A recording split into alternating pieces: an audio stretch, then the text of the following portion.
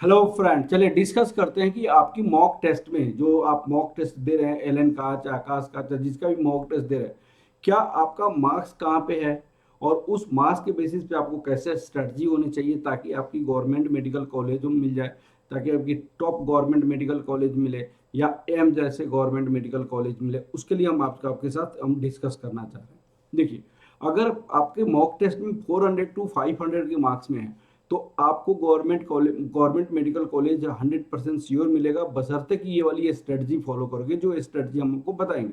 500 to 600 अगर marks है, top government medical college मिलने का चांस है जो नीट 3 मई को एग्जाम होने वाला है उसमें। और 600 टू 700 यदि आपका मार्क्स अभी आ रहा है तो आपको एम्स 100% आपका कॉलेज मिलेगा। तो जस्ट स्ट्रेटजी किस बच्चों के लिए बनानी है, अगर 400 टू 500 बच्चा जिसका मार्क्स आ रहा है उस बच्चों के लिए, अगर जिसका मार्क्स आपको पास कितने आ रहे हैं, आपको 400 टू 500 के बीच में नंबर आ रहा है, इसका मतलब इस बच्चों का थोड़ा सा आपका 267 मार्क्स आपका क्या होगा, बायो में आ रहा होगा। आपको 120 मार्क्स अप्रॉक्स आपको केमिस्ट्री में आ रहा होगा और 60 मार्क्स अप्रॉक्स 60 टू 50 मार्क्स आपका फिजिक्स में आ रहा होगा। इसी टाइप का उनके मार्क्स आ रहे हैं, इसीलिए उनका मार्क्स इसके बीच में है।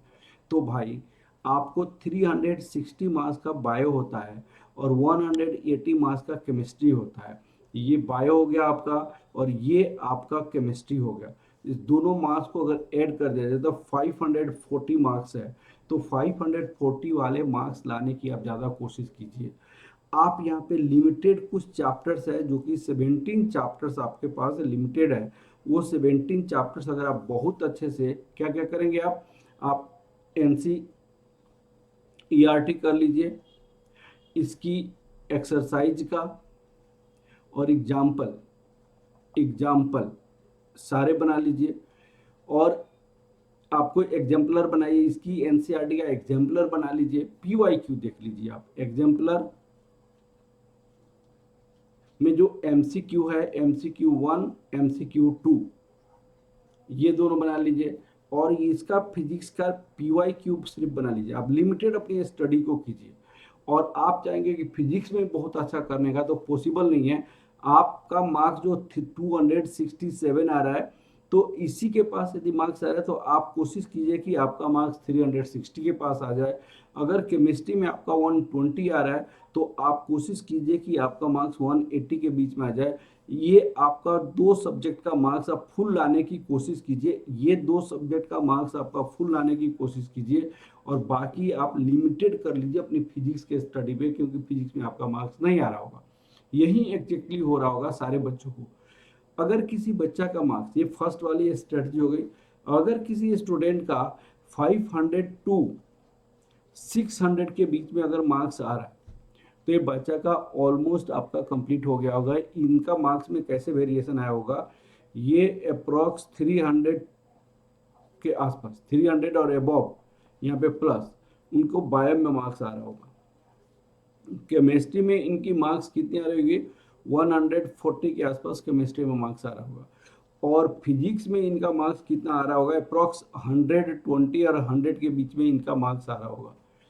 ठीक है, ये आपका प्लस भी हो सकता है, प्लस भी हो सकता है। उसी के बाद इनका अप्रॉक्स 500 टू 600 के बीच में इनकी मार्क्स आ रही हो। अब इस बच्चों को क्या करना है, यहाँ पे इनको भी क्या करना है कि बायो में जो 60 मार्क्स से कम हो रहा है या जितना भी मार्क्स कम रहा है, ये बायो को इम्प्रूव करके आपको 360 के करीब में लेकर जाना है। बायो को इम्प्रूव करके 360। अब ये कैसे होगा ये बच्चा खुद समझ जाएगा। और इसमें मार्क्स इंक्रीज करके आपको 180 के अप्रॉक्स लेकर जाना है।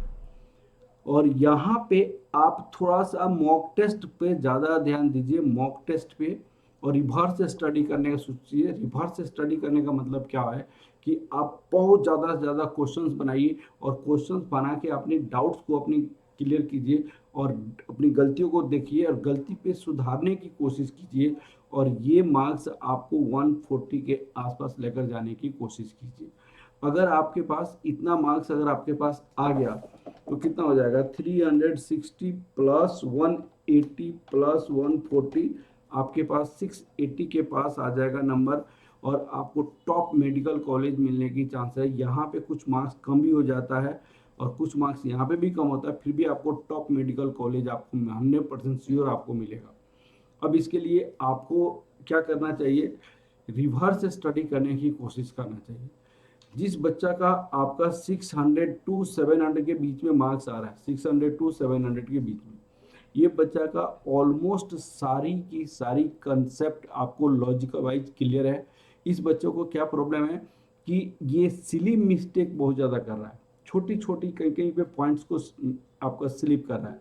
इसके लिए आपको क्या करना चाहिए, पर डे एक मॉक टेस्ट बनाओ, मॉक टेस्ट बनाओ, अपनी मिस्टेक को आइडेंटिफाई करो,